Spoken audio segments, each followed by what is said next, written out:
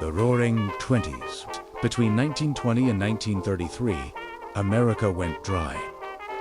The Prohibition laws, the 18th Amendment and Volstead Act, had just been passed banning the sale of alcohol across the United States, but it was largely ignored in the cities, New York, Detroit, Chicago, St. Louis, among others. Before Prohibition came into effect, women weren't allowed to drink in bars or saloons. When Prohibition became law, all the rules went out the window. Men, women, and sometimes even children frequented speakeasies.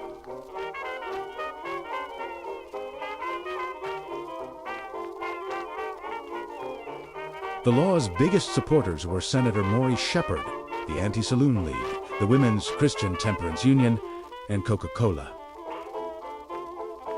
And of course, gangsters who were making a fortune from their bootlegging operations. Those who supported Prohibition were referred to by their slang name. A dry, those who drank alcohol went by their slang name. A wet. A wet dry was usually a politician who would vote and support the Prohibition laws, but also drank alcohol. There were many wet dry politicians. Even though senators and congressmen had voted for Prohibition, many of them drank alcohol. They even had their own bootlegger who worked inside Capitol Hill selling them alcohol. Major cities like New York, Chicago, St. Louis, Boston, and so on were very lax when it came to enforcing the laws. Other cities enforced it fully. The police were on the front line during the 20s, though bribes were usually enough to make them look the other way. Due to the low pay of the police at the time, some would take bribes or be on a gangster's payroll to boost their wages. Some cities didn't even enforce Prohibition in any serious way. In New York, for example, the mayor at the time, Jimmy Walker, actively discouraged the police from enforcing Prohibition law. The famous G-men who would follow trucks collecting empty beer barrels from speakeasies and find out where the distilleries and breweries were. Bureau of Prohibition were the law enforcement agencies during the Roaring Twenties, led by J. Edgar Hoover. The Bureau of Prohibition would give way to the Federal Bureau of Investigation. Agents like Elliot Ness and the Untouchables, who went after Al Capone, were probably the most famous agents they had, although they did not play a part until later. Going into the 1930s.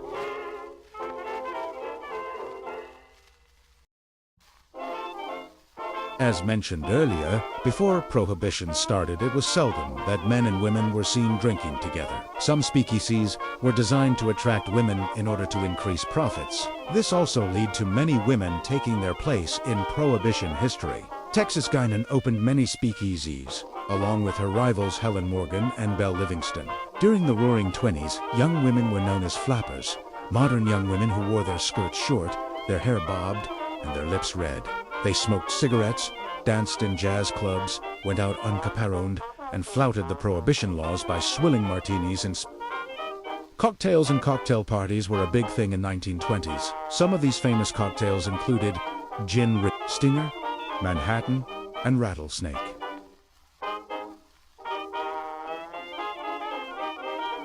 Speakeasies, or gin joints, popped up everywhere. By one estimate, during the entire Prohibition era, there were up 32,000 speakeasies in New York alone.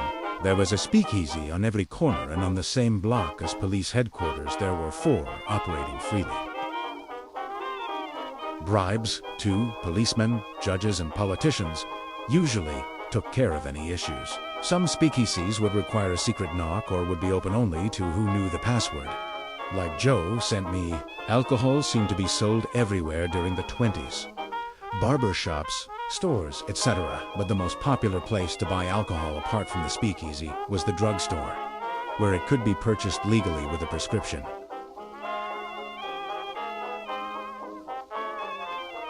Another way to buy alcohol during Prohibition was the booze cruise, party cruise, or simply a cruise to nowhere. These were short boat trips that sailed out beyond the 3-mile territorial limit where American law no longer applied. There, guests could indulge in alcohol to their heart's content. The law was eventually changed to 12 miles to make it harder to operate, but it did nothing stop the trade.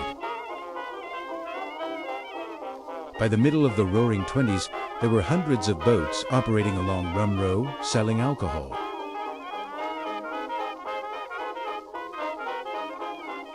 With the sale of alcohol prohibited, gangsters turned to smuggling from Europe or Canada. This was usually by boats called rum-runners or by plane, cars and trucks, even tunnels. Gangsters were known to have fleets of rum-runners which would make frequent trips to Canada to buy whiskey and other spirits. Sometimes they would even drive across the frozen lakes from Detroit to Canada to pick up supplies.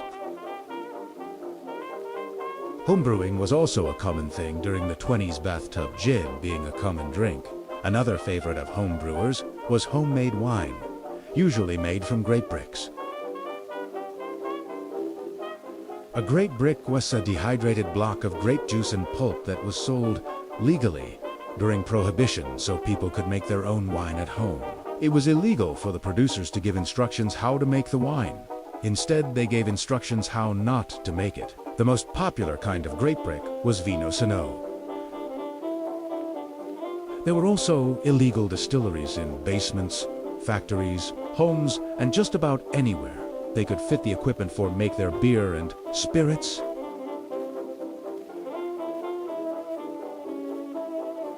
Entertainment was a huge part of the 20s. Highly popular clubs and speakeasies sprang up everywhere, where gangsters, high society, judges, politicians, and celebrities rubbed shoulders and danced the night away.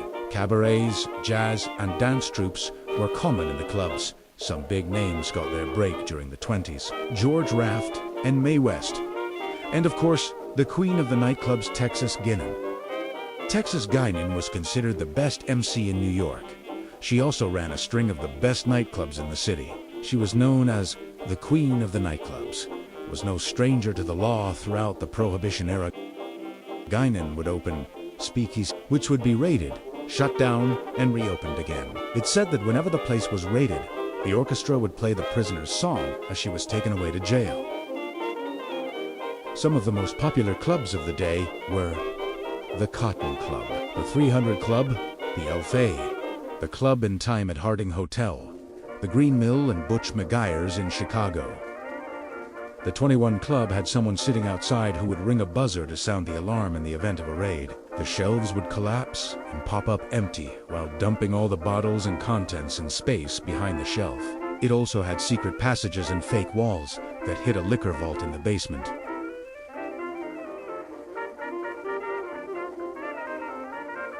The Roaring Twenties also led to the rise of some of the most famous gangsters in history: Al Capone, Legs Diamond, Lucky Luciano, Oni, the Killer Madden, Dutch Schultz, Vincent Mad Dog Cole, and so on. There are hundreds of stories out there of gangsters, gunmen, murder and mayhem, stories of shootouts, ambushes, and drive-bys. The St. Valentine's Day Massacre could be seen as the peak of the gang warfare during the Prohibition era. But of course, we can't forget the mob malls. Kiki Roberts, Alice Diamond, Elothy Kreiser-Berger, to name a few. Lottie was just as mean and vicious as any of her male counterparts. She had unofficially married Vincent Mad Dog Cole and helped him channel his criminality to take on Dutch Schultz.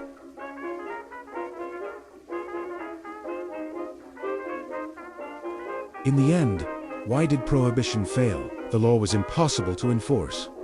Drinking didn't stop. It went underground. Violence soared, government corruption deepened, and the black market exploded. By the early 1930s, most Americans saw it as a failed experiment in morality. Prohibition ended in 1933 with the 21st Amendment, which repealed the 18th Amendment. It remains the only time in U.S. history that one constitutional amendment was overturned by another.